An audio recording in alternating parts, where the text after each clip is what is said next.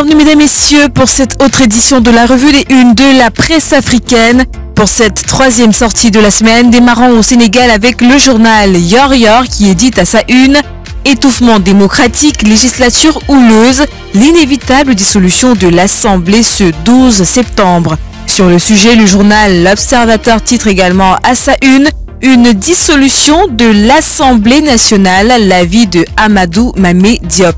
Dans cet article, vous retrouverez tous les secrets de la lettre du président Faye en réponse à l'Assemblée nationale. À propos de la déclaration de politique générale, le président confirme que ce sera le 13 septembre prochain.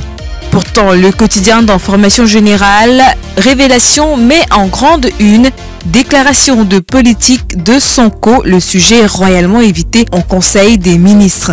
L'article est à lire en page 5 du quotidien d'information. La Dépêche, dans sa sortie numéro 655, édite en grande une « Interdiction de certains dignitaires de l'ancien régime de voyager ». 16 organisations de la société civile dénoncent cette mesure. Allons à présent au Cameroun avec l'Économie quotidien qui édite à sa une « Affaire Glencore, ce qu'il faut retenir de la première audience ». Le procès pour faute de corruption des hauts responsables de Glencore s'est ouvert hier à Londres. Plusieurs pays d'Afrique sont concernés, notamment le Nigeria, le Cameroun, la Côte d'Ivoire, la Guinée équatoriale pour ne citer que ces pays-là.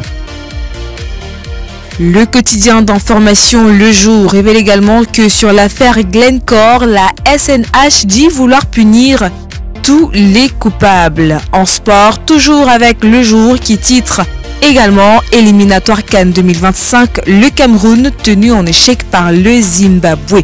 La rencontre s'est soldée sur un score de 0 partout. C'était au stade de Kampala en Ouganda. Terminons cette revue de la presse en beauté avec la riposte qui édite en grande une « Paul Biya, l'efficacité d'une diplomatie pour le bonheur du Cameroun ». C'était à l'occasion du 4e forum sur la coopération sino-africaine. Le chef d'État camerounais a reçu plein de chefs d'entreprise, l'objectif étant de promouvoir le développement du Cameroun. C'était la 3e édition de la revue des Unes de la presse africaine. Vous êtes bien sûr sur Global LTV, votre fidélité nous honore.